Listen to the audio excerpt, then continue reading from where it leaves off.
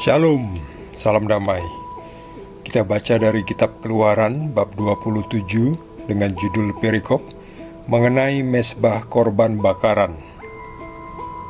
Haruslah engkau membuat mezbah dari kayu penaga, 5 hasta panjangnya dan 5 hasta lebarnya, sehingga mezbah itu 4 persegi tetapi 3 hasta tingginya.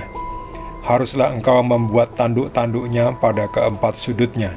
Tanduk-tanduknya itu haruslah seiras dengan mezbah itu, dan haruslah engkau menyalutnya dengan tembaga. Juga harus engkau membuat kuali-kualinya, tempat menaruh abunya, dan sodok-sodoknya, dan bokor-bokor penyiramannya, garpu-garpunya, dan perbaraan-perbaraannya. Semua perkakasnya itu harus kau buat dari tembaga. Haruslah engkau membuat untuk itu kisi-kisi, yakni jala-jala tembaga. Dan pada jala-jala itu haruslah kau buat 4 gelang tembaga pada keempat ujungnya. Haruslah engkau memasang jala-jala itu di bawah jalur mezbah itu, mulai dari sebelah bawah, sehingga jala-jala itu sampai setengah tinggi mezbah itu. Haruslah engkau membuat kayu-kayu pengusung untuk mezbah itu, kayu-kayu pengusung dari kayu penaga, dan menyalutnya dengan tembaga. Kayu-kayu pengusungnya itu haruslah dimasukkan ke dalam gelang-gelang itu, dan kayu-kayu pengusung itu haruslah ada pada kedua rusuk mezbah itu waktu mezbah itu diangkut. Mezbah itu harus kau buat berongga dan dari papan, seperti yang ditunjukkan kepadamu di atas gunung itu. Demikianlah harus dibuat mezbah itu. Demikianlah sabda Tuhan.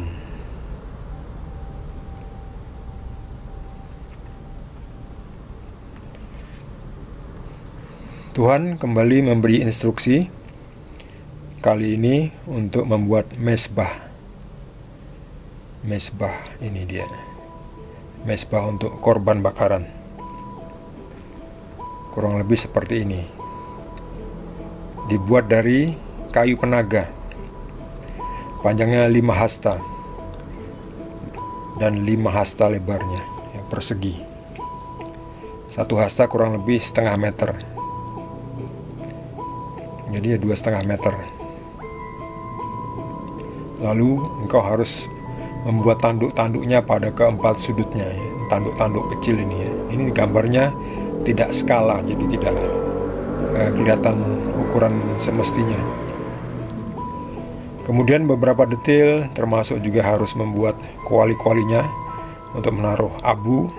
Nanti kan dari pembakaran ini ada abu dan seterusnya. Ada untuk bokor penyiraman, garpu-garpu. Semuanya harus dibuat dari tembaga. Kayu pengusung dari kayu penaga dan disalut dengan tembaga. Ini dia kayu pengusungnya ya. Ketika mereka harus pindah dan digotong, ini harus dipindahkan juga berbagai tempat lilin ini atau menorah ya, ini ada di dalam kemah suci, ditaruh di dalam kemah suci. Itulah instruksi Tuhan waktu itu kepada bangsa Israel ketika mereka mengembara selama 40 tahun di padang gurun dalam perjalanan dari Mesir pindah ke tanah Kanaan. Dari Mesir pindah ke tanah Kanaan, di mana sekarang namanya Israel. Yerusalem dan sekitarnya adalah milik Israel, termasuk Gaza sebetulnya. Jadi di sini ini tidak dibagi-bagi ya. Ini tepi barat nih atau West Bank itu sebetulnya adalah Yudea dan Samaria. Itu adalah milik Israel. Jadi itu memang sudah diberikan Tuhan kepada bangsa Israel. Nah, ini Filistin ini bukan Palestina ya, beda ya. Filistin ini nama bangsa Filistin waktu itu ya. Bukan Palestina sekarang ini. Ya sejarahnya sudah lama. Jadi di sini nih wilayah Israel. dari ujung ke ujung. Bahkan sampai sekitar sini ya, sebetulnya ada tuh batas-batasnya disebutkan oleh Tuhan. Sampai sungai Efrat di atas ini. Cukup luas sebetulnya. Tapi sekarang Israel hanya dibatasi dari sini sampai ke sini, sampai Gaza. Ke atas pun masih dibagi dengan Palestina. Itu pun masih, Israel masih diganggu-ganggu terus ya. Itulah instruksi Tuhan waktu itu bagi bangsa Israel ketika mereka pergi dari Mesir, keluar dari Mesir menuju ke tanah terjanji, yaitu tanah Kanaan. 40 tahun melintasi belantara padang gurun. Sebetulnya kalau mau langsung bisa sampai saja ke sini, tapi Tuhan mendidik bangsa Israel supaya mereka menjadi bangsa yang yakin, percaya, beriman kepada Tuhan. Tuhan siapa? Tuhan yang benar. Tuhannya Abraham, Ishak, dan Yakub. Yakub adalah Israel. Yang kemudian sampai akhirnya datang sendiri Tuhan dalam wujud manusia Yesus. Tuhan sudah datang membawa perjanjian baru. Kita tidak lagi terikat oleh hukum Taurat, sebab hukum Taurat sangat mengikat dan membebani.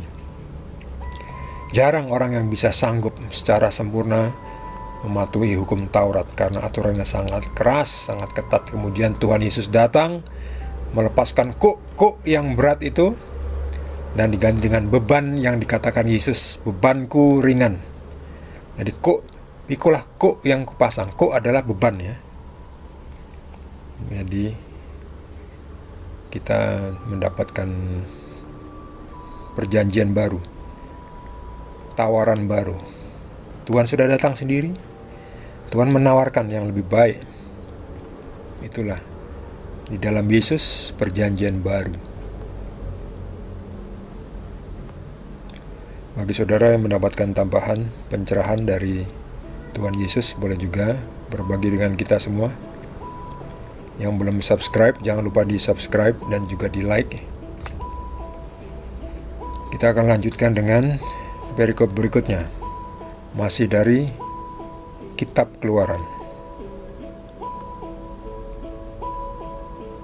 Terima kasih. Tuhan Yesus berkati kita semua.